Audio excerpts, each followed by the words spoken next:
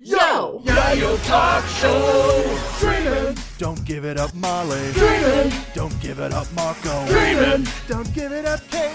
Dreamin'! Al's name didn't fit. They talk about the show, this group of four friends been going for 1,000,000 years, there's no end. Watching every arc and saga, no sleep. It's the king of anime, 1,000 episodes deep. Yayo Talk Show! Talking about One Piece. It's the name of the podcast. We're not on Vine. Yayo Talk Show. Talking about One Piece. What's up, wenches, privateers, and non-binary buccaneers? Welcome aboard the most chaotic One Piece podcast. I never made it as a wise man. Couldn't cut it as a poor man stealing. Tired of living like a blind man. We're really doing this already, huh? I'm sick and sad without a sense of feeling. And this is how I introduce you to the Chrono Pirates. First, the captain, Molly D. Simpy. God. I only vaguely got that reference. I'm too tired to figure out what song that was. Molly! We just watched. Okay. The wild theorist, Kaden Jensen. Molly, we just watched the movie. That's the ending song, Molly. I'm like, no, it's not. There's multiple songs. I'm still hung up on the. I don't give a damn about the Yeah. credits song now. Yeah, exactly. Ladies and gentlemen, the Laugh Borgal McClellan. It's me. And I'm the internet's gentleman, Mark B. Donica. The B, of course, stands for Bonesman. We're talking about One Piece Film Z. The second. Ow! What have we unleashed? If you haven't listened to our game show, go listen to Yayo Game Show because we've started a whole new ruckus when it comes to that. So, as a quick synopsis, if you're listening to us without watching the movie, you can go purchase the movie through Funimation. You can pick up the DVD. You can pick up the Blu-ray. There's some quality special features on it, but we're not going to talk about them for multiple reasons. But if you're unfamiliar with this movie, the Dynastones, a power that is comparable to the ancient weapons, have been stolen by a powerful man, the former Marine Admiral Zed, who stands in the way of the Straw Hat Pirates and possibly the destruction of the New World. Now, with that out of the way, we're going to start kind of tiptoeing into spoilery territory before going full on into spoilery territory. So we definitely think you should go watch this movie before listening to the rest of this. But to start off, let's talk about our initial thoughts on the film. Caden, let's start with you. Dude comes out jacked as hell, big beefy metal arm, really cool sound effect every time he swings his arm. So cool. He's got really fun like people like working for him, really cool devil fruit power. Everything that's happening here is just like it's a great intro to the characters. Really cool battle scene. We got to see Kizaru, and it's just like, oh, I hate that guy. There it is. There he is. It's that jerk. And it was kind of cool to like give a power scale immediately. That's one of the things that I like about what One Piece tends to do with their films. It's like, hey, you want the Straw Hats. 10 minutes with the villain though first, because we want to give you some background. You know the Straw Hats already. You can find out what they're doing later. 10 minutes with the villain or the other character of this movie first before we get into that. And I think it's smart. There's a lot of anime movies that don't do this kind of thing, that like intro. And we've seen One Piece do it consistently, where it's like, oh look, the character here is actually the town and this atmosphere. So they do the intro shot of the town, but in this case, it's Zed and the Neo Marines. So we got to see Aang and Bin's doing their Hey, it looks like a nonsense bin. as well. The shots are great. Like the big sweeping camera shots every time he winds up his arm. I live for that. I live for it because it has that weight to it. Every fight that he's in, they know what to do to just like really emphasize how much weight he's throwing around, and it's great. It's fantastic. Intro is fantastic. Loved it. Every time he swings his arm and you can hear the like machine gun, like Yeah, it's so good. For a movie I've like was super under my radar. I had no desire to ever watch it for whatever reason. Like, I feel like it's one of the least talked about One Piece movies. I like greatly enjoyed it. I have really strong opinions about how they ended it, but like until the ending, I was on board. Like, I was surprised on how on board I was the whole time. Like, for the majority of the time, I should say. The fights were like really. I mean, like the very first scene of this movie where they just get into it. I was like, what? Suke? Like it's was really surprised by like how well the very first fight was. Also, there is like they really got people on this crew who animated who were really good at very specific things, and it was like Kizaru's lips. For better or for worse. Yeah, it was like very niche like animation, but it was like someone who's like really into drawing Kizaru's lips, done. Yeah. Somebody who's really into drawing like Robin's boobs, done. Like very specific things. But it's like I just thinking about this first fight with Kizaru, because I was like, yeah, cool power level, but I'm like, they just really focused on his mouth a lot. He's like, they did. ooh, ooh. It's like, this is why I don't like this guy. It's because, but at least like Oda will show the full face, so it's less offensive. But like for whatever reason, they kept cutting to just his chin, and I was like, Not a fan. Was it too chiseled? not even it's his lips. His lips were too like, it's like With your dry ass with lips. the dry ass. If you want to know what that is, go to our Tumblr. Dry ass lips have an ass. But like, I was really excited after we saw his two commanders, Beans and Mosa. I don't know if that's the guy's name. he just says Mosa. Bins is the Mosa no Mi user, and Ein is the swords person. I see. But, okay, I got mixed up then. But I really liked their characters right away. So I was like, this might be the first time I give a crap about a bad guy, because these guys are so cool, like genuinely good, not like we're just good bad guys. Like I actually wanted to know about the main bad guy, because he is somebody that commands respect out of these two characters. Can we talk about the main bad guy for a second? Just like go over the entire look of this Akuma Go for it, Al. Schwarzenegger? Go for it. Well, like he's got the fucking Squirtle Squad sunglasses, which is awesome. Good for him. He has Akuma hair, and he's basically just like old Arnold Schwarzenegger with a minigun grafted onto his arm. Like, like the overall look on point. This guy's drip is insane. Surprising nobody. I really liked his boring Marine look, his old man look. Wow. And then, All of the like polka dots and purple and pink. just like he had a nice pair of sunglasses. It was he had a some look. wrinkles. But it was like, I love how they're like, he's been out here with his crazy thoughts and it made him hot. Like he figured out fashion. And he's like, yeah, I'm old and I'm out here living. The secret was sunglasses. My Sunglasses, scary-ass eyes. taking off your shirt, losing an arm. And slicking your hair back with some gel. That's it. Yeah. All you need to do. I just love the comparison of like what he was before when he trained, when he was basically all these Marines papas, like pseudo papa, and then where he is now. And it's like, Dad, you're embarrassing us. Literally, like when they did the cutback to like the fade in shot later on, where his old look like then got superimposed over his new look. I'm just like, that's not the same dude. Yeah, that was my same like, thought. Fundamentally, not the same dude. Different guy entirely. Like, okay, Oda. He ran out of hair gel. Is this the most intense case of thick neck we've seen? I think Frankie, who has no neck, much thicker. No, well, the thing is if he's got no neck, then it can't be thick, right? All right. I'm That taking sounds like sound logic to me. All right, I'm taking this to Google. Taking this to Google. Take it to Twitter. Take it to Twitter. Make it a poll. Make a poll. That's what we need to do. Oh my God. Who has the thickest neck in One Piece? Then have the poll be every One Piece character. Everyone except for Nami and No, Robin. everyone during Marineford. Everyone during Marineford. Yeah. I think Brooke has the smallest neck. That's still like over 50 characters.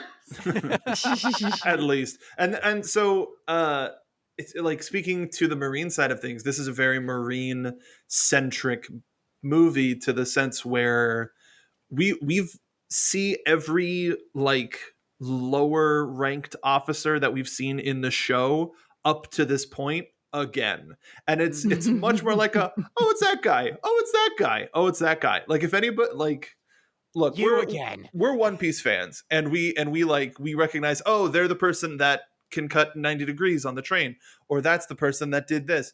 But like, if anybody was sitting in the theater going, oh, it's Vice Admiral what's his face, oh my god, this movie has everything, like, Yeah. I can't believe that. It's But like, I like the idea where it's like they got everybody, like Kizaru, Aokiji, Blorbo from my Blorbo was in there, that's right, Blorbo from my fan dreams. And Blorbo fanfic when? while the story and events of this movie may not be canon, if what happened in Strong World was any indicator, the point of utilizing these characters in this story was to give us information that following the Straw Hats just by themselves wouldn't have given us. And in this sense, I think we would have seen the full force of the Marines, and the only reason we didn't is because there was a shakeup in the admiral seats. The last we had heard, Sengoku had suggested Aokiji for the new rear admiral, commander general, fleet admiral. That's what it is the term that we were going for. I'm sure everybody was shouting at us. And so what we found out is that Akainu is the new fleet admiral, so it would seem, and Aokiji is no longer in the Marines. For somebody who Good. didn't watch this movie, I was really surprised. I was Good. like watching this. I was like, it's weird that they're setting this up, and then I was like, oh, is this how Oda like originally like explained it? Because it gets explained eventually in the manga, but I was like, is this how they like? Like for people who were like at the time, this was the first mention of the shakeup in the Marines in the One Piece world. I love that, but like I just totally missed it entirely. Like, which it didn't work on me. Like, but I love the like fucking Aokiji in the bath being like, you have no consideration for others. No, we're not going to talk about that. The first time we see him in the movie, the island is exploding. He's like on his bike in the ocean. Like, Yeah, that's my favorite. I was like, bikes away. not my problem. How about that? Not my problem anymore. Not gonna talk about that one. When you still get text messages from your previous job asking who's going to pick up a shift, and you're like, sounds like they need somebody. Not my problem. Yeah, well, my day off. Yeah, it's my day off. Bye. I mean, we could kind of pull together. He's covered in burns and is missing the bottom of one of his legs. I'm pretty sure that wasn't the case when we left him. No, but probably the Stuff happened. needless to say, there was probably an explosion amongst the admirals. Whether you want to take that literally or not is cause for discussion on another episode. I'll never tell. Shake I'll never tell. So I wanna double back real quick to talk about Zed, Bins, and Ein real quick. So I wanna focus on Ein and Bins because I know we're gonna talk about Zed a lot. We probably won't talk about Ein or Bins too much, but I do want to give a little bit of a shout out to two particular people. Lauren Londa is the voice of Ein in the Funimation dub, and series regular at this point now, Matt Mercer is the voice of Bins. I didn't know that. Incredible. I didn't want to get too far away because it was it's very, very. They're very good. Like I took some time. We just it's so much fun just listening to One Piece voice acting is awesome. Simply because it's one of the places where everybody's allowed to just is like, it's One Piece, go. And everybody just gets it. It's just, this world is on, like, there's a lot of like, especially lately, there's a lot more grounded takes in anime, which has kind of like leveled things off to a more like very, very neutral and very, very regular delivery with lines. One Piece exists in this bubble where it's just like, all right, we want something more natural with delivery, and then One Piece is still over there. Over the top can you go? Listen, we were One Piece was created, and it's still going around the same time as like Dragon Ball Z and Naruto was in that same bubble. So it's got that same energy, and we're not gonna let that die. It's a legacy thing now. Just go, and everybody sells it. Like, can you scream and also laugh at the same time? It's like the answer better be yes. Welcome to One Piece. Can you scream and laugh at the same time? Fantastic. You're hired. You're doing it. You're doing the show. This and like both the dub and sub is just it's so good. It's so good. It's just there's a lot of personality in every character's voice, and it's shockingly no different here. I mean, it has to be. There's too many people in the world for everybody to sound the same. Like, sure, it'll happen. But for the people that you need to remember, and apparently there's way too many people that we need to remember that still have such an impactful existence in this world, to the point where even Kazuki Yao, who voices Frankie, the two other characters that, well, maybe not Django, but at least Mr. Two is still such a big presence, like, for us emotionally, and one of those characters that we'll never forget. Emotionally? Yeah, emotionally. Yeah, emotional. No, I agree. Their sacrifice will never be forgotten. No, I just I'll never fight thought. No, you're right. I just never thought. I mean, listen, I talk about Bonchan all the time. I just never thought. We about have it. the emote. Yeah, I'm It's agreeing with you. It's You're laughing at me. Yeah, it's a condition mark. Oh, okay. I can't not laugh. she laughs to keep from crying. Yeah. Don't we all, man? This got real. Welcome to year 3, everyone. This movie, it's just like, I'm trying to, like, my favorite parts of this movie. Well, first off, immediately Al just zeroed in on this like little kid character design. Al was just like peak character right here. Is this little kid whose like grandfather may or may not be a pirate, not entirely sure. He's just a pirate merchandise reseller, so Yeah. it would seem. Like the little kid that wants to be a hero but doesn't know whether to model himself after a pirate or a marine. Mm-hmm. He's a pirate weeb. Yeah. And we don't even get a name. Like, he exists. He's But- more mouth than child. But then Luffy just sort of goes, hey, you, like, knowing him, like, we should have a relationship with this kid. I will say that is a big improvement here, is there's usually like a random kid that we need to, like, with Strong World, it was Zhao. Like, there's some random kid that we need to, like, put a lot of investment in. And it seemed like this time it was like, no, let's make it Nami instead. Yeah. Let's invest in somebody that we know. It's Luffy does that thing though. That's like, this is like the whole thing I love about One Piece, is that Oda doesn't outright say marine bad, pirate goo. Like, it's a gray world, right? Where there are like some good pirates, there are some bad pirates, there are some good marines, there are some bad marines. I don't want to talk about the Neo Marines. That's a whole thing I'm very uncomfortable with, but the name choices.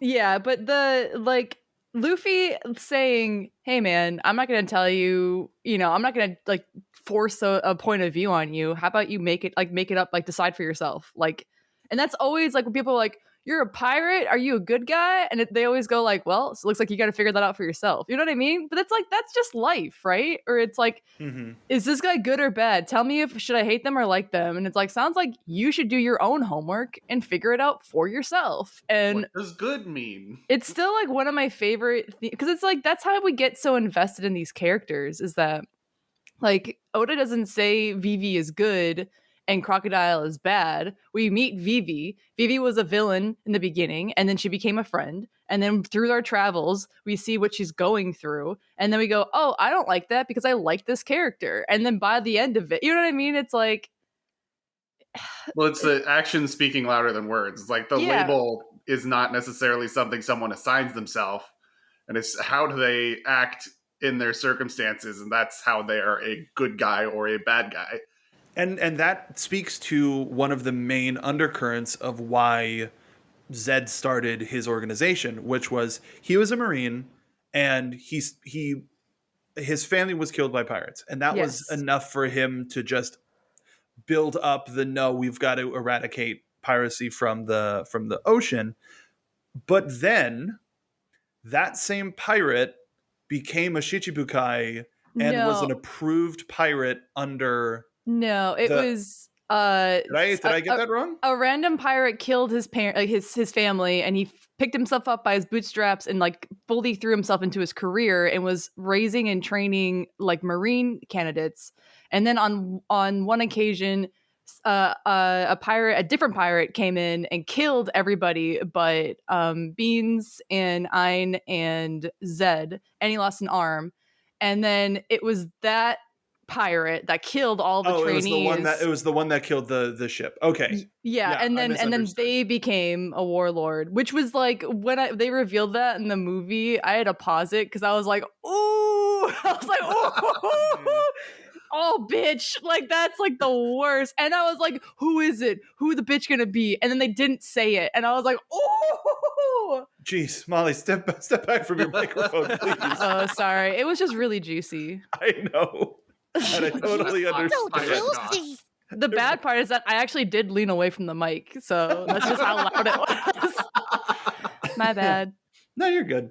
That on top of we learn the Marines have always been set up to be the main antagonist, but we learn more sort of about the depths of which they will go and the supposed care that they have. Like Zed's main ambition is to destroy the New World by using the Dynastones to cause volcanic activity on 3 major volcanoes to flood the new world with magma and essentially just destroy everybody.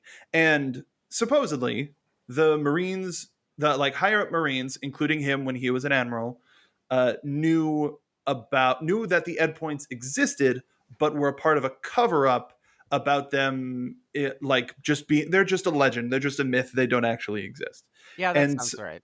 So yeah, they're the Marines are while all of this isn't necessarily canon, the Marines going to outrageous lengths to appear a certain way for the world is 100% canon. Yeah, that sounds right. The funniest part of that is like when Nami was asking, she was like, yeah, I thought that guy was messing with me, Aokiji. Like, can you please like explain yourself? And they're like, yeah, but she's like, that was fake. And he's like, the government lied. And everybody was like, like that made me laugh so hard. Cause I'm like, God, it's like, I know, I understand the rules of movie. Like that needs to be like, everyone needs to put focus on what he says. Cause it's important that's fake. But I'm like, you guys know every day. It's the government. You knew they would lie. You knew that. The world government is lying? What? What? Surprised Pikachu. So tell me, Pokemon fans, if you thought the same thing I did while watching One Piece film Zed. This is just Team Magma's plot from Gen 3. Oh, absolutely. That's just what it is.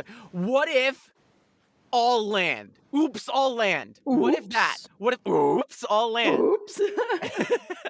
And it's just like, that's it. That's the plan. Meanwhile, the rest of the world's like, what? That's dumb. This is a dumb plan. This isn't as bad because Zed's just like, what if half land? What if everybody in this world. one part of the ocean, whether they're pirates or not, go die? And then the specific idea was to destroy the One Piece because he felt like that was like the pirates that were going to find that treasure. Like that's the reason piracy exists, is that they want that main treasure. He was done with like this new era of piracy and it needed to end.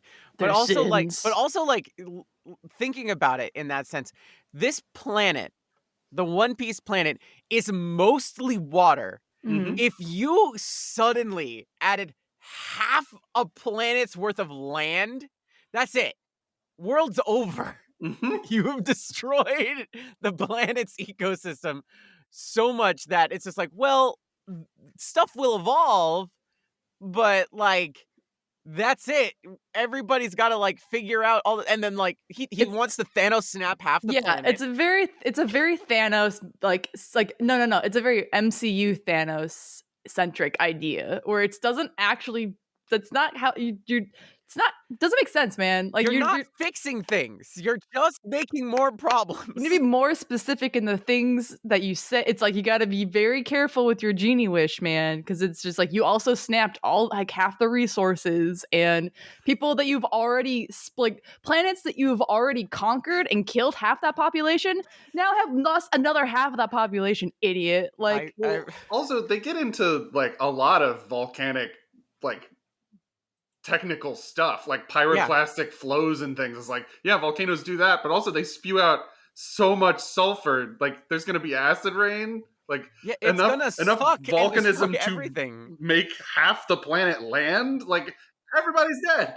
I knew all about that from Avatar when the Fire Nation attacked. They warned me. They talked about when the ash snow. They mentioned it. They did mention it. See, you can learn stuff from cartoons. Yeah, man. Like, you can also learn that this movie's favorite color is pink. And then they decide, no, it's red. What is pink but light red? RVB reference there. Great segue, because I want to talk about how in love I am with everyone's costumes. I wanted to ask, to set this up, which outfit was everybody's favorite? Ooh, favorite. Frankie pink outfit at the beginning of the movie. It's so good. Frankie pink outfit. And Robin's sweater dress? Gimme! I want it! I want it for me! I want it for me! But like end of movie, Luffy in the red coat. Oh, there's just something so like they went full like classic golden age of piracy. Yeah. That was so good. Listen. Blastoise Frankie? Anybody? Blastoise Frankie. Blastoise Frankie. Little tiny Chopper with the big giant hat. Robin and Nami's outfit at the end, I guess. I love when Oda leans into it's like he leans into the piratey aspect of this world instead of like the anime aspect of it. Like they're all individual people, but when it's like, all right, guys, we suiting up because like thankfully this guy who's helping us prepare the ship also has got all this merch we can use. Yeah. It's just so good. But I think in the beginning, I super love Frankie. I mean, classic, like iconic. And I love that Brooke is like mirrored, that they both have like so pink cute. afro. Pink hair. Yeah. But I think I really loved Usopp, whatever the fuck Usopp was doing in the beginning. His the shark head. Okay, Usopp was only made better by what he was wearing as Robin's manager. Yeah, like, no, I hate that he shorts, cut off V-neck, and a lime green jacket. Yes! No, I hated that. How audacious! How bold! The outfit was great until I saw like the lower half of him, and it just looked like he was wearing like underwear, and I was like, "You lost me." Biker shorts. Listen. Here's the thing. Here's the only thing that I will say about that. They very much like took a lot of time to sexualize Robin once she got out of that blue sweater, which is such a shame. I want that sweater. Mm-hmm. And that was like kind of the thing. And they did weird things with Nami that I really was not a fan of in this. However, the fact that Frankie is always in the Speedo, the fact that Usopp went full get your sensor ready, Mark. Full fuckboy. Yeah. Then the booty shot on Brooke. I like that. I thought that was fun. If you're gonna do that stuff to Robin, you gotta do it to Frankie and Usopp and Brooke. If you do fan service, you have to make fun of fan service. You have to. Stupid. It's dumb. There are a lot of reverse butt shots, and it wasn't just on the female characters, and I appreciated that. Yes. Also, bringing back the bandana for Zoro. Mm-hmm. Bandana Zoro is best Zoro. That's like serious mode. That's like when the difference between playing a game casually and leaning forward. That's That's when you know he's serious, is when the bandana comes out. I can't get sweat in my good eye. I do love that Brooke spent time talking to Zoro and just like, do you like the outfit that I picked out for you? Can I actually? Oh yeah. Actually, there is a reason why that happened. It's very cute. Well, not necessarily just that. So when they land on the island, Brooke says, "Hey, I'll shop," because there are great brands on this island. Yes. Because Oda, in his infinite wisdom, did a brand deal with Giorgio Armani. Oh, that's so funny. So Zoro, Luffy, Sanji, and Brooke are all wearing real Armani outfits. I thought it was weird that like Zoro got the suit and Sanji got the leather jacket. You think it would be flipped? What about Robin's outfit on the island too? Does that count as Armani? As far as I understand, it was just Brooke shopping for the boys. Okay. Oh because everybody else was incognito. Luffy's shirt, shorts, thick boots, leather jacket thing. I could see Molly rocking that. Oh yeah. I mean, I was like, it's so funny that it's Armani because I got to a point in that movie where I'm like, yeah, I'd fucking wear that. Like, I'm like making a note, leather jacket, underline a couple times. Got Zoro it. just wearing regular glasses. Yeah. I love when they do that though. I don't know. I like it. I like when you'll never know who he is. It's the Clark Kent thing. Mm-hmm. I like It's not the moss hair. The thing is like, smart thing would be Luffy take off your hat, and Luffy's just like, no. But then in Absolutely the not. final battle, there's no hat because the hat's gone. Yeah. So he's just like his entire like final battle thing is like way more incognito than his disguise. My favorite part of that end too, where it's like a really terrible thing is about to happen that everybody should really, it's like people who like living there should be concerned about. Yeah. And Luffy shows, he's like, oh, you come here to stop me? And Luffy's just like, listen, face. Also censor that. Oh, don't worry, I've got a list. It's like, I don't give a crap about what you're doing. I don't even know what you're doing. I tuned out. I'm just here for my hat. Give you my hat. And it's like, Luffy, be a little concerned. Like your crew is concerned. Like be a little concerned. You're in a volcano crater full of bombs. Like, what? Come on. Luffy has no idea what those are. They just kind of left those for the Marines to clean up. Yeah, well, yeah, because they wanted to get them. If they took them, because the whole point was that the Marines were trying to stop Z and also reclaim the stuff that he stole. So these Dynastones are essentially like nukes, right? Yeah. It's like, so the Marines are bad. They have all the nukes, but they're not that bad that they want to kill everybody with all the nukes. They just have all the nukes. So it's a weird. We're developing a space program so that we can send the nukes into space. Mm-hmm. They want to use the nukes when they want to use the nukes, but they want to be the owners of the nukes. But no, I will This got say too real. before we get too far away from it, I will say the equality in this movie I really appreciated. It could have been a little bit more. It was a little bit one-sided. Could have been more half and half. Like if you're gonna do a shot for shot of Nami's boobs, you got to do a shot for shot on one of the guys.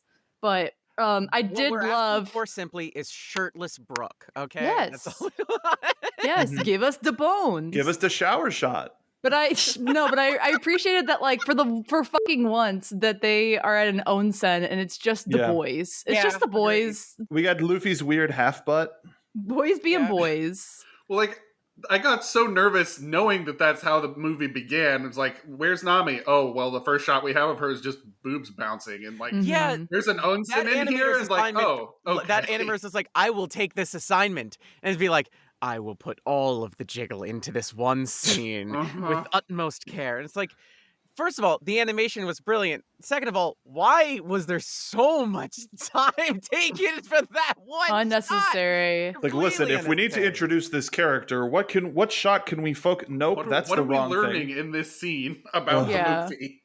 Yeah, like one of Ain's main powers is that very specifically she can regress things back to like 12 years previously. Yes. And very that's specific number. Very specific. Like maybe it's a thing where it started as like 10 seconds and she got more and more powerful, blah, blah, blah, blah, blah, blah, blah. But whatever. As a result, she de-aged Chopper, Nami, Brooke, and Robin.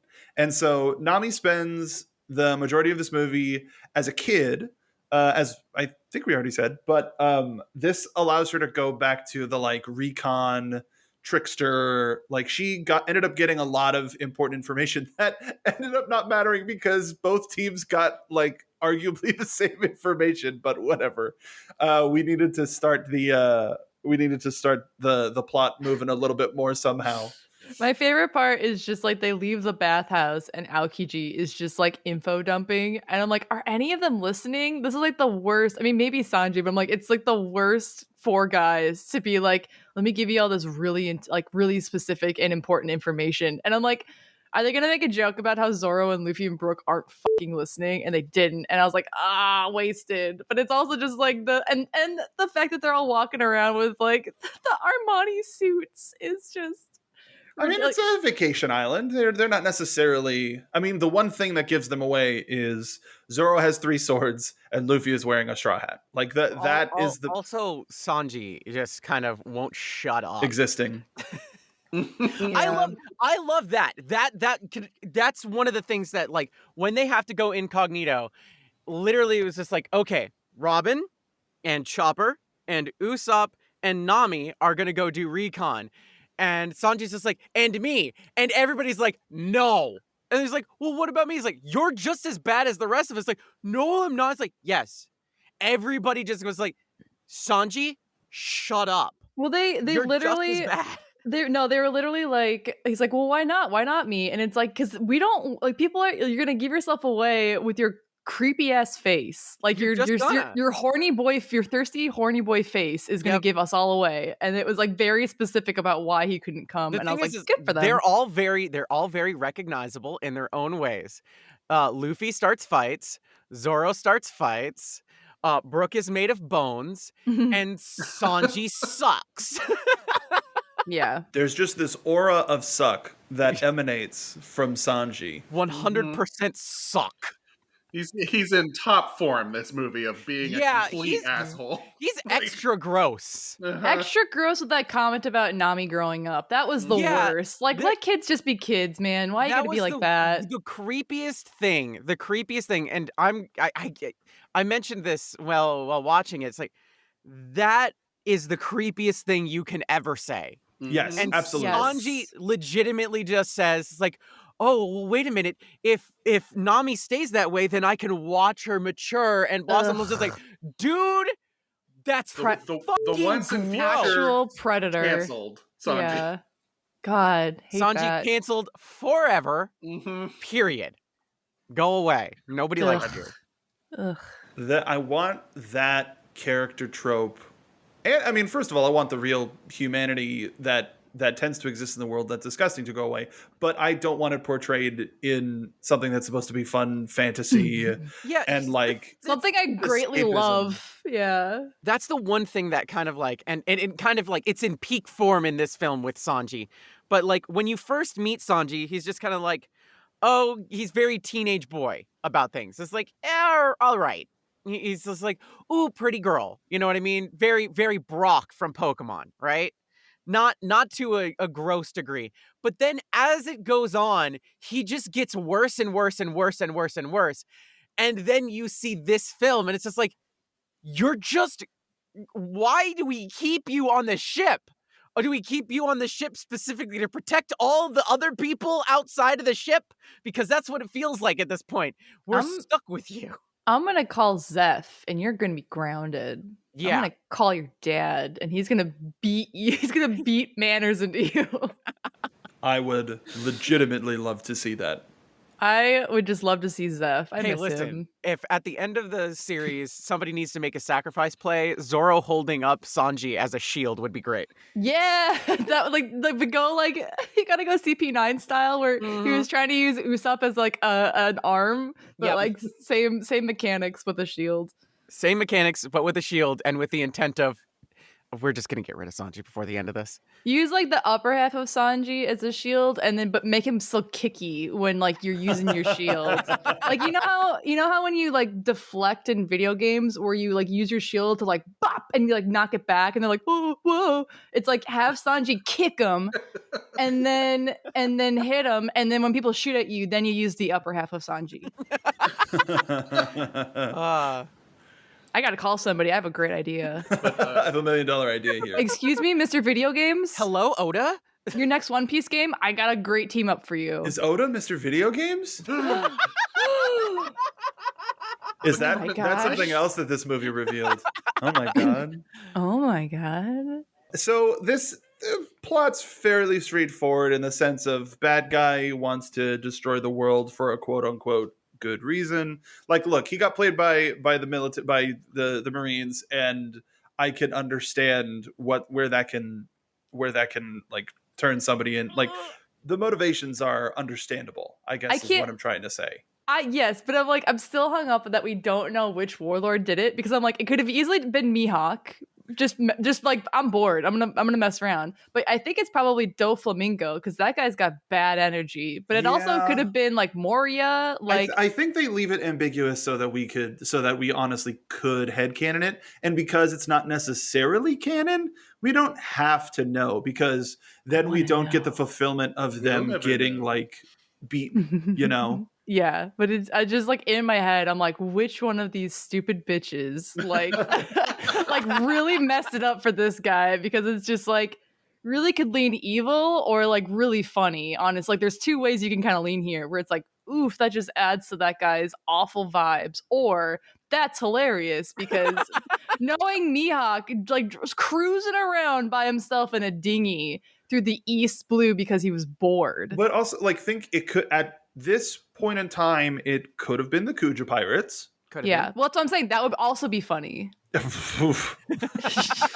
then we would get the unfulfilled promise of a Boa Hancock and sisters show up, and that would have like added more time, brought stuff down, and like it ultimately shows that there is an inherent flaw in the Shichibukai system that has sort of been a theme since Crocodile.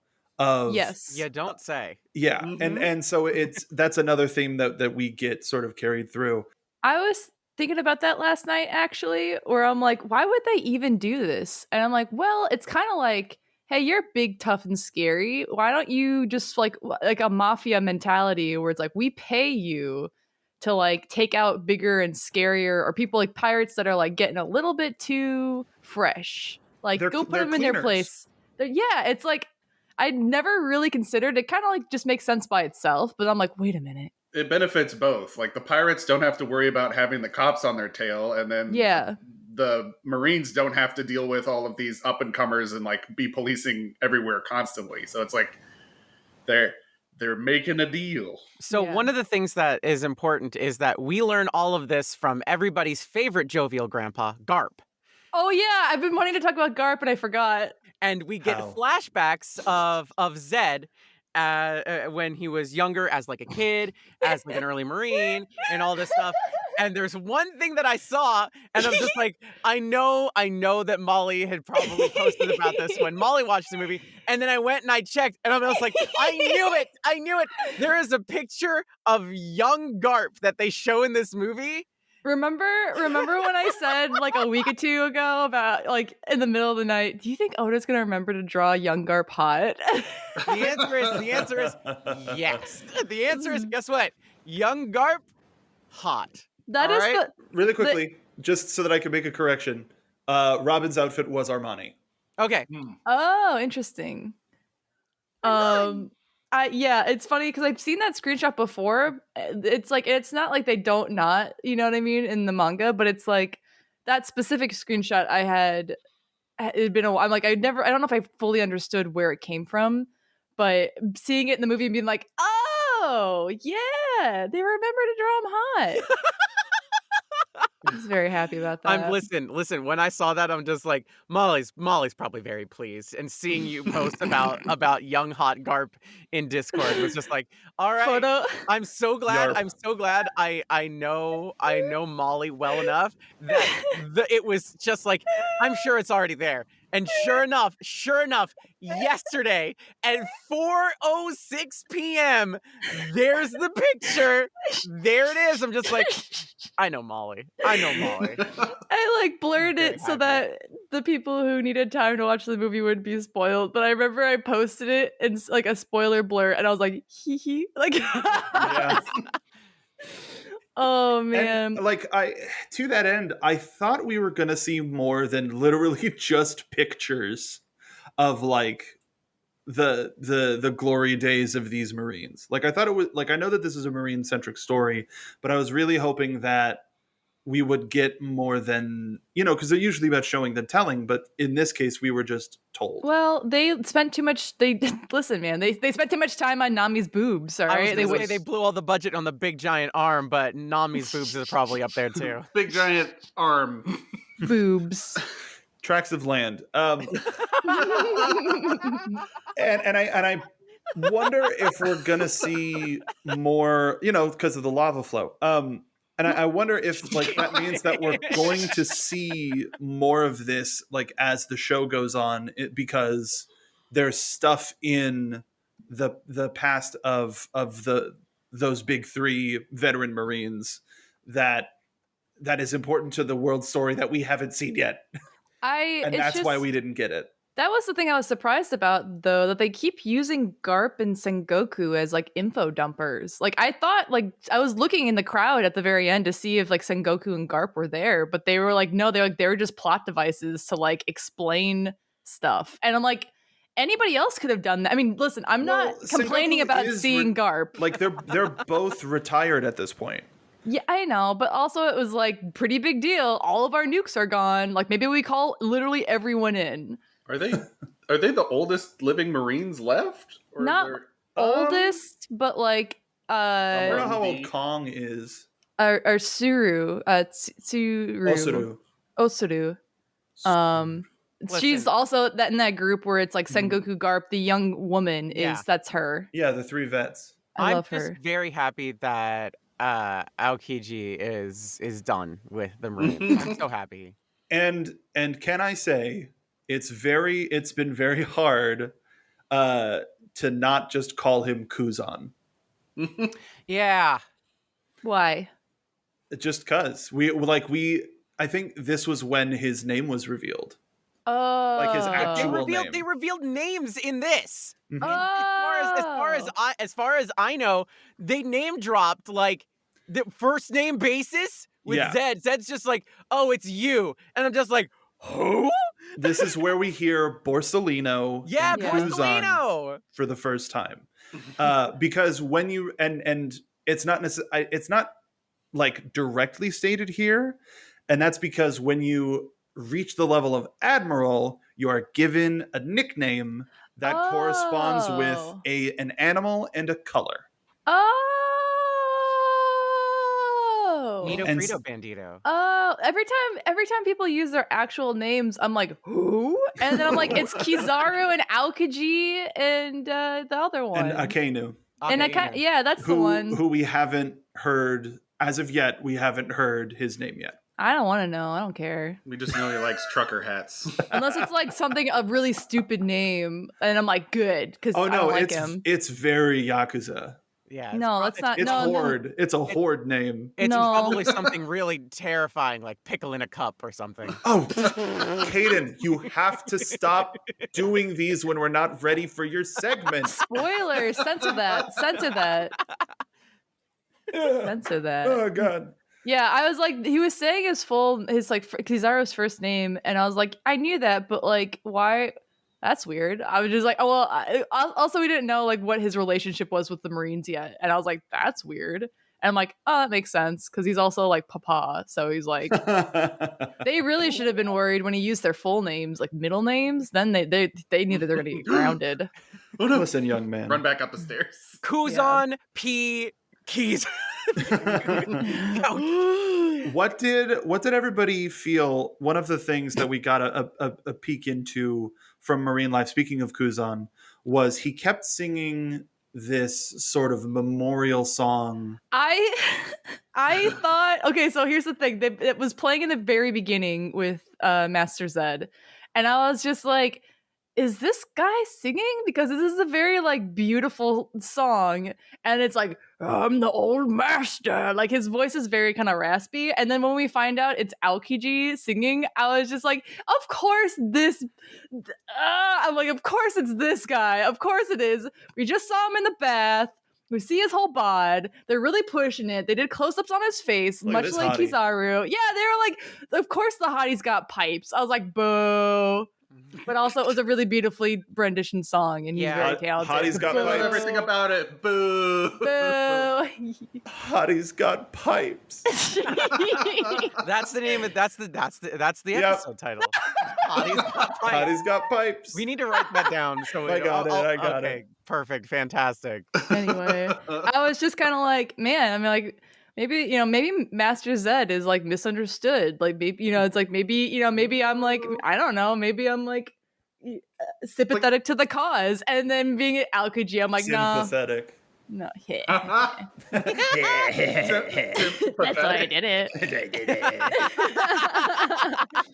But yeah, finding out that it was Aokiji, I was like, boo, cliche, boo. Boo, Hottie's got pipes. I love it. Boo.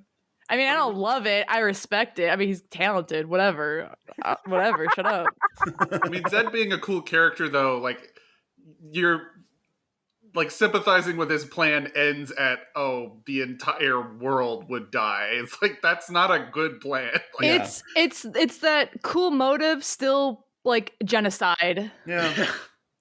and like Neat, but no. After hearing about his character and like the film ending with the look of him trying to be that hero, like it sort of recontextual. Like I think his character arc was fine, but it feels more like an old man not being paid attention to or listened to. No, like really to like try to enact change and and as a result literally having to bring the world down with him to try to change something. Yeah. And that's not always that great. Yeah. it got too real. It got too too real again. The way that you like set up that sentence, it made it sound like you were like, this guy wasn't getting enough attention from his kids, so he just went out to like cause some issues so that they'd pay attention to him again. But you're it's interesting because it's like it's a line of dialogue that I love. Like, yeah, it's like it gets that too real, right? It's like, I know this is wrong, but like give me the right answer then. And it's like, well, there's not really a right answer, right? It's like, I mean, the short answer is everybody just be good, stop doing bad, and that's the best part, right? But it's like the way that the power balance is with the government and people like Garp who are like, I know they're not perfect, but I understand that the position I have and their power is my best shot of doing good in the world, at least like from his eyes, right? Like, and maybe that was what it was when Garp was growing up, but it might not be the same now. And I feel like with Aokiji wanting to be with the Sengoku and Garp wanting Aokiji to be that new face of that new type of justice that the Marines can do, and then not all going to hell, presumably. I like they now they can't actually retire. That's why I feel like they're trying to stay close to the action, just to be like, hey, what you're doing is really bad. Just course correct. Just that's kind of what they have to do at this point. Yeah, it's just, and it's like, it's interesting though, because in terms of this movie, it's like this is the issue I have with the ending, is that they got me on board at a certain point, but it's still like, again, it's like, ooh, good, like cool motive, but still genocide. Like I'm never gonna be on board for genocide ever. And it's just kind of like at the end of the movie, they gave him this kind of like, old man funeral, and it was like that was what they like, that was the tone of the movie. Like that was the end, like watching this old guy fight all of his old friends and then die. Come on, kill And me. Come on. And then all of a sudden it's like, I don't give a damn about my bad reputation. It's just like, I don't know how to feel right now, because it's like, I was like, it was, I think the issue is that they hit certain emotional tones with me, but at the end of the movie, when he's fighting Luffy, I was like, this is very lackluster. All of the fights leading up to this point were much better than the actual resolve of the fight, especially because it's like dead quiet while they're fighting. And I'm like, they're trying to tell me something, but it's going over my head because it's not connecting with me. It was like Luffy's modus operandi, of him being a pirate isn't necessarily about the treasure. He wants to become the king of the pirates because that's the most free man in the world, because he's hungering for freedom. Yeah. And aren't we all? But Zed has the misguided thing that it's all about murder, it's all about treasure, and that's why he wants to destroy the One Piece and piracy. And so imagine if he met Buggy instead. Oh my god. Well, that's the real movie I want to see. Just like thinking about it for a second. Every person that has met Luffy has just been like, I hate pirates. All pirates are just, they're dirty scoundrels who just want treasure and have a bloodlust and are penchant for murder. And Luffy's just like, I like bubblegum and meat and friends and meat and Chopper and meat and my crew and meat and ooh and my hat. Oh, my hat's really great. And meat. Ooh. And like taking that moment, and this kind of is a great encapsulation of that thought, is every time somebody meets Luffy and hates pirates, they usually end up on Luffy's side. Best friends. Are sympathetic to Luffy in the end because oops, all friends. Oops. But it's all about that. And it's something I brought up a very long time ago. Mm-hmm. If it was Buggy instead, if it was literally Luffy's polar opposite, how would any of this have gone? It'd just be like, oh no, I'm blowing up right now. I'm not waiting. I'm making it go faster. My favorite part of this movie is when he, about the second half is that second fight with Luffy and Zed is when it's like, what does that mean to you? What's going on with you?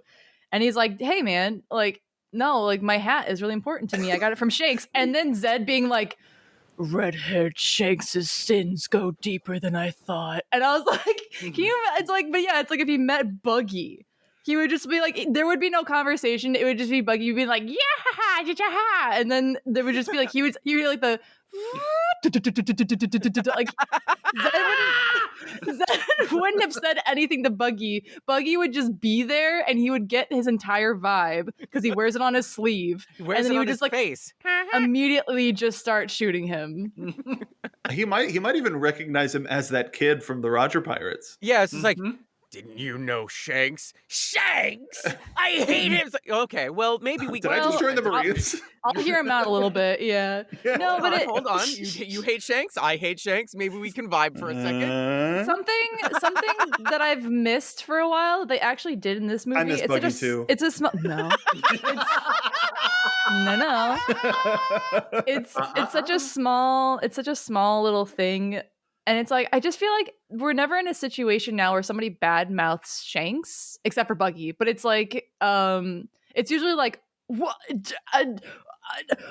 Shanks, one of the four emperors, like, I hope Senpai notices me, or don't notice me, because it's like a very powerful force. But it's like, no one really mocks Shanks anymore. And I love this part where when he, Zed just starts talking crap about Shanks, and he really didn't. He's just kind of like, dirty pirate. And Luffy's like, don't mock Shanks. That's my dad. Yeah, that's my dad. It was such a, bigger thing in the very beginning of One Piece, where, that's how that's how our story began, is Luffy defending Shanks from mountain bandits. And then even when he meets Buggy later, and he, knifes his hat and spits on it, and, this and that, and, Luffy gets really don't mock Shanks. That's my dad. I haven't seen it in a while, and so I was like, my heart like clenched when like Luffy was like, "Don't mock him," and I was like, because now we're after that 2 year point, right? Like he's grown, but some things stay the same. Like there were a couple of parts in this movie where I predicted exactly what was about to be said, and one of those moments is right after Luffy brought up Shanks, was Zed responding with Akagami, like it's like because everybody does, and then the other one was. What are you doing here? Oh, I just came. I want to get my hat back. That was the other thing. Whereas, like, I knew exactly. For my hat. Yeah, I'm just here for my hat. Could you hand that, please? And then I'll go. And then I will leave. I honestly, what I'm surprised I'm surprised Luffy didn't just go, I'm just here for my hat. Arm stretch, grab hat on head, turn all and right, walk bye, and then turn around. It's like everybody just shouts at him, kid. Yeah, something like that. Luffy, kill him. I really was expecting Luffy to like reach for the hat right away, but then still lean into the fight, right? Like put his hat on and be like, okay, now I can fight you. But I understood that like movie logic, it's going to be much more rewarding for him to win the fight to get the hat back, because that's like win the hat. That's all. Like that's Luffy's MO, right? Like it's kind of like gotta fight for that. So can I pitch something to you? If we're going back to the storyboards here a little bit and just kind of like retooling this a smidge. Let's take a look. Okay, let's pull it apart. So what Luffy actually does is goes in for the fight, says, I want to get my hat back, right? That's the whole point of it. And then doesn't go reaching for it. What I'd like to pitch is we cut right there and add a few extra moments to actually initiate the fight proper. Luffy reaches for the hat, big giant arm comes out, grabs the hand. It's like, what do you think you're doing, kid? It's like, well, I'm trying to get my hat. It's like, you can take your hat when you've beaten me and then initiate the fight. I think that's a little bit more like, actually, like, then you can have the music show up and actually like punch up that fight a little bit more, because there was fun buildup in the battles on the way, but there was no buildup to that actual fight in and of itself in that moment. It was just like, I'm here for hat. Fight time. And having that brief extra moment there and then kicking in some music right underneath that, the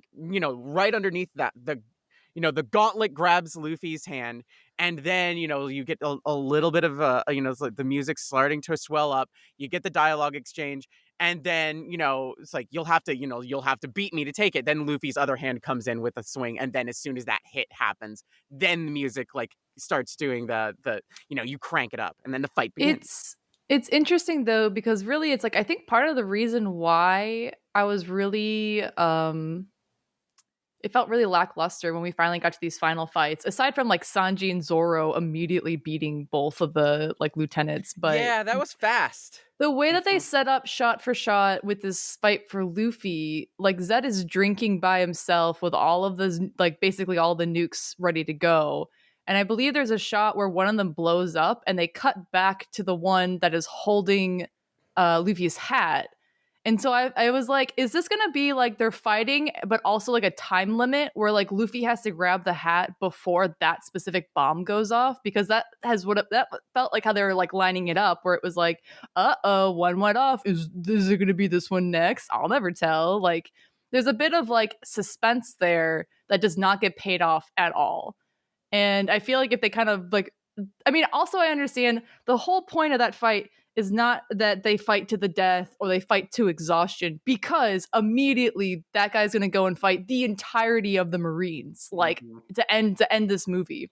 But it was weird seeing like the 10-minute mark of this movie and being like, we're still in the middle of like Luffy's fight with Zed, and just being like, where are we going from here? Because it's just like, it's a lot of really great themes and a lot of really great, I understand what they were going for. It just wasn't, I just feel like with like a little bit of tweaking, it would have been more, it would have had a greater effect of what they were going for. But it's like just certain points that just don't like properly like line up. Or even like the second that Aokiji makes that ice wall, it just completely nullifies the nukes. Because when you think about it, like Zed could have just taken out the entirety of the Marines if all those bombs went off. You know what I mean? Or even just a couple. Like that would have been pretty, like, I mean, because like literally everybody's there but Sengoku, Garp, and Kobe. Like that could have been like a really, if like somebody else wanted to like be like big brain here, they could have immediately shook it up again. Yeah, like they could have just taken out the entire like force of the government, which, you know, it would have been like its own storyline, but yeah, I don't know. I was like really liked him. I just felt like the way that they ended it, I was just like, I feel nothing. Like I don't, it's like sucks for that guy. Like, huh, weird. But also like dude wanted to die or something. I don't know. He was basically doing suicide by either pirate or cop. If I can't genocide, I just want to die. And it's just like, bro, I mean, you live in a world with like little snails as cell phones. Like, there's some things to like live for, you know. I'm like, there's you get a hobby. Yeah, I'm just like, there's a couple things you can live for, man. Like, I don't know, they got cool stuff there. Like, just think about it for a minute. Hey, listen, I know everybody died, but like crocheting, maybe. They've got takoyaki that's made by an Octoman. Like, there's cool stuff to see, man. Wild, man. Yeah, I'm like, listen, man. Like, you know, a little sidebar with Zed here is just kind of like, hey, man, just like, I know it's been really hard, but like, have you played Stardew Valley? Like, like maybe like just like expand you got all this time now, you're retired, you know, why don't you just kind of like expand your resources a little bit here? Have you considered gaming? You know? Have you thought of picking up maybe a Game Boy, play a little bit of Mario? Just, you know, he's something. Gonna need a bigger controller for that one arm. Oh, jeez. Then I would say get a Wii. I was gonna make the Duke joke. Damn it, Al. You beautiful bastard. I love you. Like boys. The movie was very straightforward. The plot points were very much by the books. I do agree in the sense of I understand what they were trying to go for by keeping it quiet, but because with that last fight, but it was shedding away all of the pomp and circumstance and the bravado to get to the man. And I don't feel like we had enough time to understand that. And even and like the ping at the end of him as a kid and finding out where the name Zed came from, you know, didn't really help. Like it was artsy, but does anybody have anything else that they like really want to talk about with this movie before we like start wrapping up? Because ultimately, you know, at the beginning, for the people who stopped listening at the beginning to go watch the movie and then come here, I'm going to surprise you by saying, I don't think you need to watch this one. I'm gonna say there's a lot of incredibly fun moments here. There's a lot of like little like plot things that seem relevant. Like we're in the era of the movies aren't necessarily canon, but things that happen in them are technically canon. So I'd say give this one a watch, but that ending is very just like, let's sympathize with the guy who's gonna blow up half the planet. It's like, no. I'm gonna nah. I mean, the reason to watch this movie is there's some fucking tip-top animation in here. Hell yeah. Like, all these fight scenes and the sound in combo with the sound design of that big mechanical arm is just so much fun. That sold me. Like first that intro of like the big giant arm, that sweeping fight, which is why the end, like the last 15 minutes Rusu mode.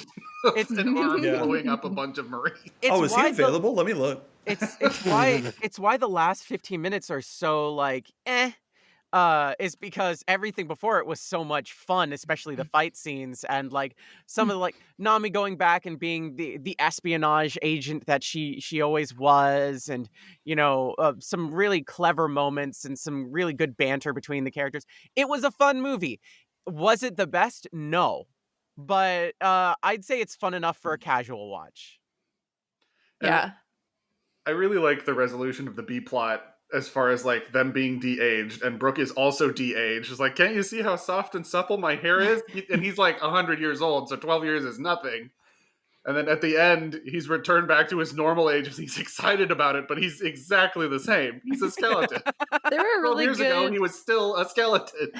There was good Brooke moments in this movie. I was actually really sad that they kind of like benched Frankie for most of it, but like the Brooke moments were good, where he's just like, I want to take a bath with you. You want me to take a bath with you, don't you? You want to take a bath with me? And he's like, he said something not great about himself, and he's like, it's like, dude, don't put yourself down then if you're gonna be sad about it later. Like, That said, there was a great General Frankie moment. yeah. It was like when they got off the island and they went back to Frankie. Like the fact that Frankie's like, huh, they okay over there? Some crap happening over there. Well, like- That's weird. Goes back to working.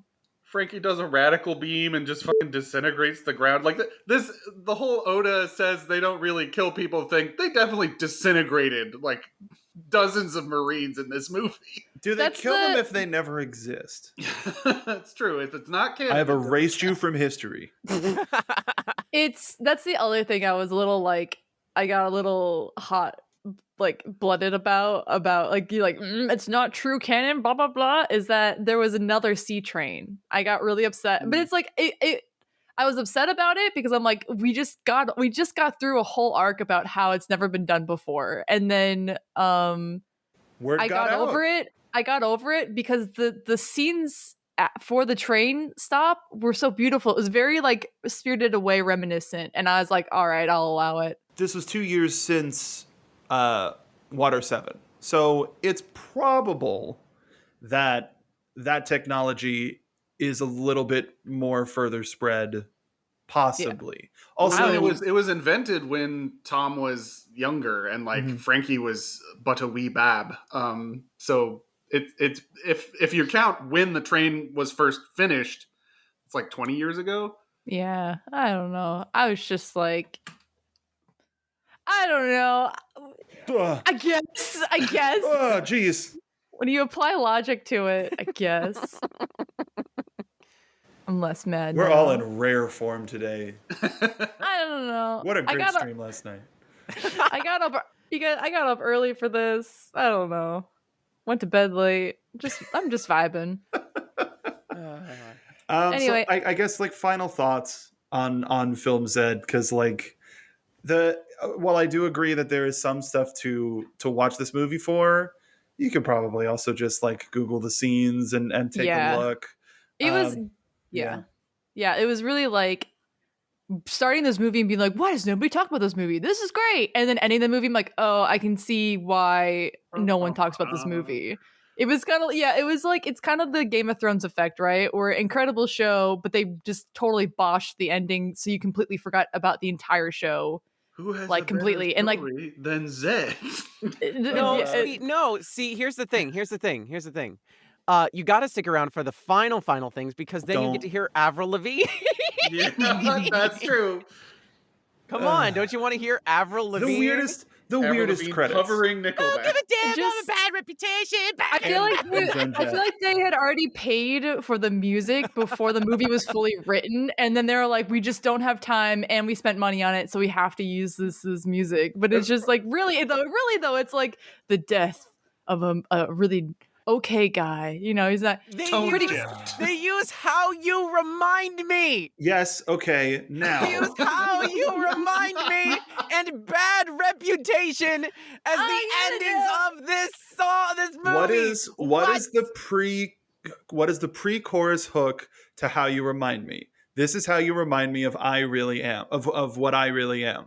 Did Luffy not remind Zed at the end of their fight of who he really was? Okay, I guess. It's not like you to say sorry. I was waiting on a different story, but this time I'm mistaken for handing you a heart worth breaking. I've been wrong.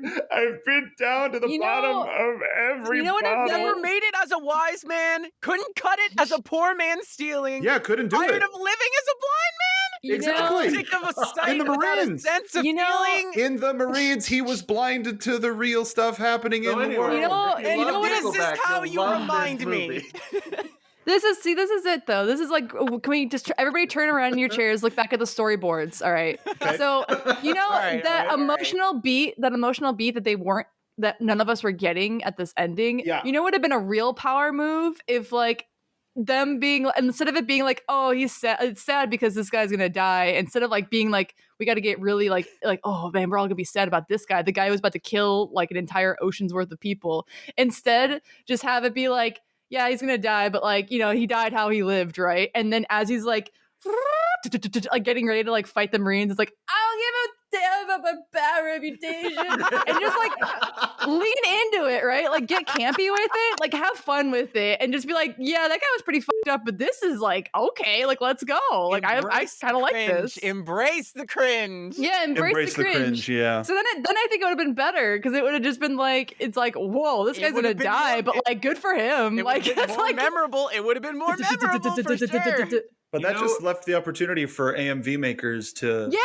I was like, if I had the ability, if I knew how to do video editing and in this day and age, I would have immediately taken that end fight and like add the song to it, and then it would have been better to like roll into the credits, and it would have been more fun. You know how you fix it is that the fucking endpoint thing is actually a myth.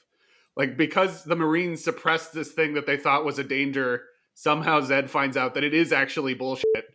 It's like, how do I get all the Marines in one place? Oh, that would have been good. And he does that, and he has the bombs there because he wants to kill all the Marines, like Molly said earlier, because that's like, this is how I stop the Marines from being shitty. Take him out. And then that could be how you make that character more sympathetic, is that his goal wasn't global genocide. That's how you change it. It was like if he had a video Denden Mushi to broadcast like at Marineford, he could reveal like that the Marines are full of it.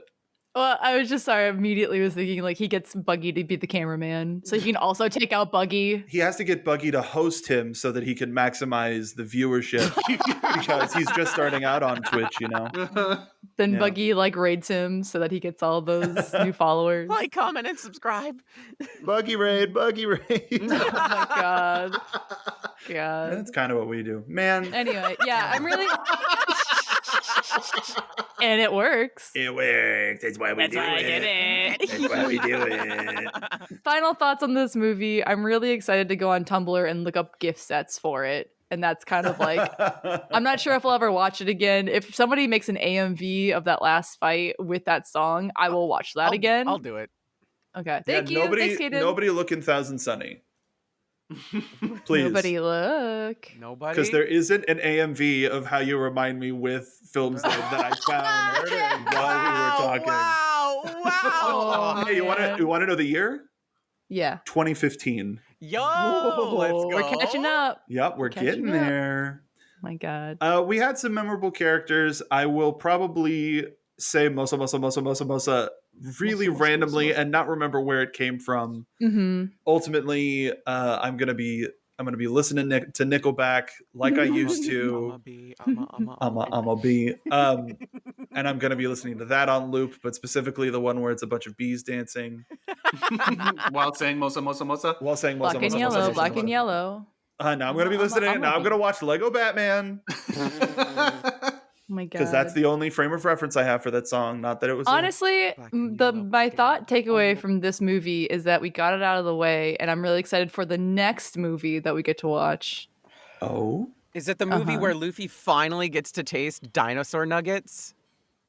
Oh my God. I guess we'll find out next time. How did she know? Did she guess it? Oh my God. Theory segment's in the other part of the show. Yeah, all of this isn't canon. You guys just hear me furiously typing. We need to get you. Well, that's what we need to get you, a quiet. I have a quieter keyboard now. That's right. Yeah, that was part of the upgrade. The people paid for it. Thank you, everyone. By the way, for helping. Yeah. Holy you. cow. Y'all rule. Thank you so much for listening to Yayo Talk Show and the madness that we produce on a bi-weekly basis. Even more frequent if you watch us on Twitch.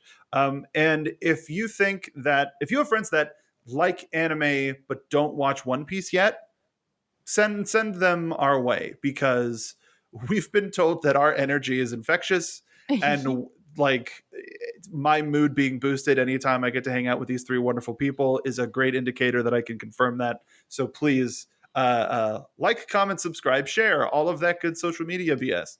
But before we go, let's all give our socials. Kaden, let's start with you.